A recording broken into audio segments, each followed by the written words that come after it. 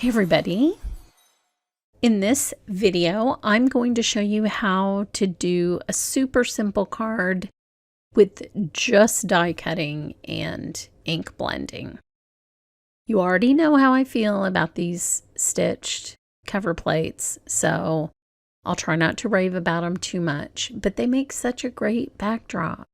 You can do so many things. Check my other playlists for more ideas with this type of die. Now I am using the Waves cover plate. So this actually goes with a beach suite, and I'm using it for a floral background because I feel like it looks like a windy sky. So to me, it's a natural with botanicals. Excuse my Saharan dust voice, please. Thank you. Now I am putting some sea glass ink down with my ink blending brushes, and after I get the entire panel covered, I go back at the edges with a stronger application of ink to sort of frame in this scene in the background. This does a couple of things. Gives me color variation, obviously, but one of the things that it does is draws your eye to the lighter portions of the background.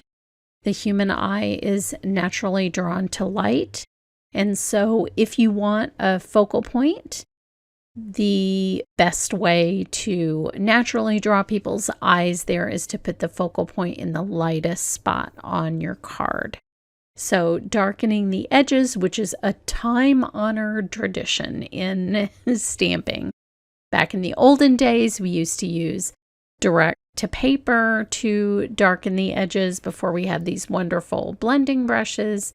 We used sponges and all sorts of things to achieve this same effect, but darken the edges, and then whatever you put in the lighter portion will naturally be highlighted.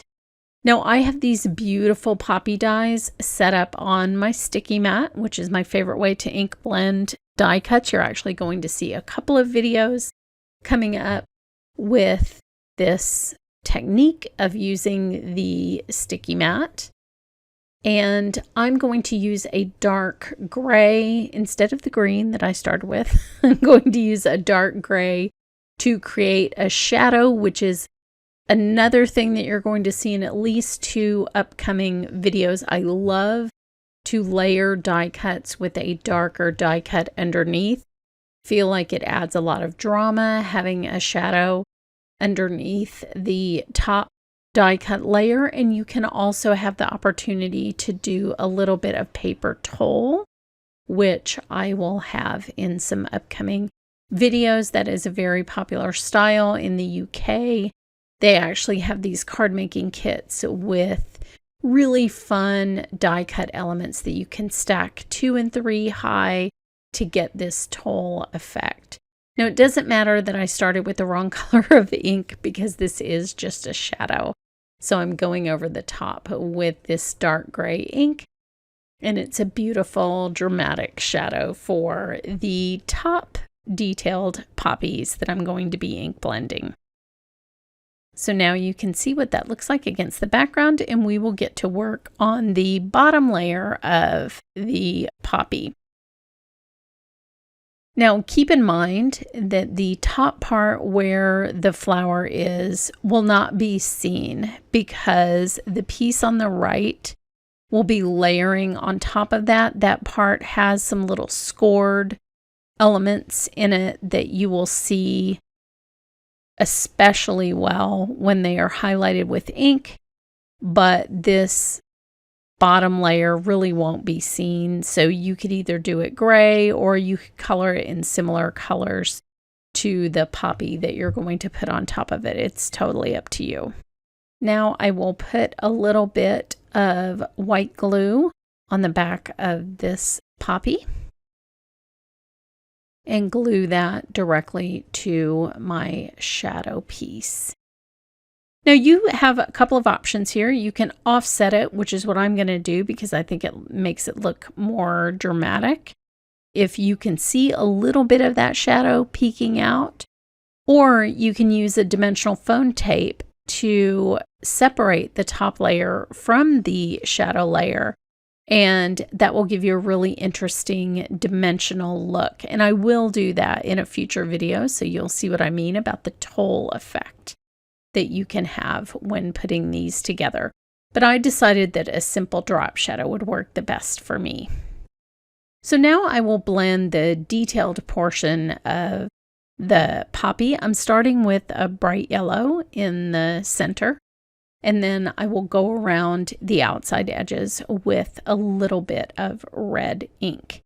This will give it that glow that poppies have in real life. I have a neighbor who has poppies that come back every year on the edges of her yard, and I love when I walk to the mailbox and I can see these poppies. It's probably one of my favorite flowers, even though I love a lot of different flowers, but I love that color burst from the center of the poppy out.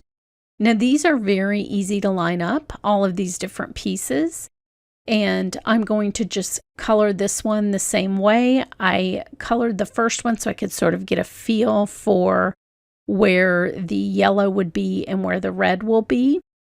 And that way it's not just white underneath in case any of that is peeking out. But if you didn't want to do that step of coloring the bottom part, you certainly don't have to. I think it blends together more seamlessly if you do it this way, but that is entirely up to you. Now I do like to clean my glass board in between these little sessions because it's easy to transfer ink from one piece to another. So be careful when you're doing that. Now this little piece right here goes along the bottom. All of the shapes match up. It's very easy to find out where these pieces go. I like to sort of line them up in advance to see where the color needs to be on each one of the smallest pieces. There's also a layering guide on the website, so you can take a look at that. And if that's easier for you to remember, then just do it that way. I sort of manually do it every time. I'm not really sure why. So I will put these together with just a tiny bit of glue, and then we will do the center portion. Again, super easy to line up. That little gap makes it easy. And then the top shapes, you'll notice that one little bump out on the top left, that is your alignment point. Very easy to find and line up. And then same with the bottom. These shapes just match so well. It's sort of like putting together a puzzle.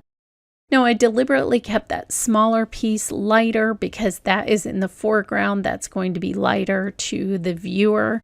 And it's also going to catch light just a little bit more. So it makes sense that it is a lighter color.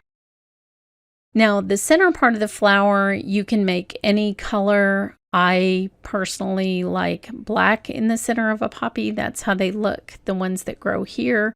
And so I will just be ink blending some licorice ink onto this little section.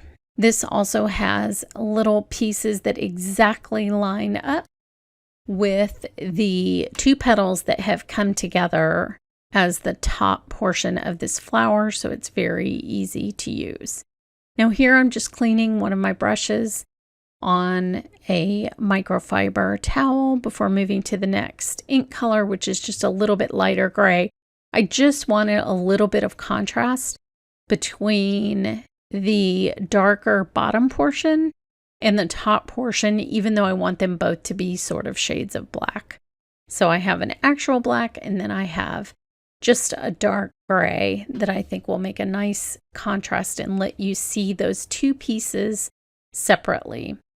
Now I'm just using my little crystal katana to place this down onto the poppy, and like I said, they fit together like a puzzle, so you don't really have to worry that you won't be able to line these up. It's super easy.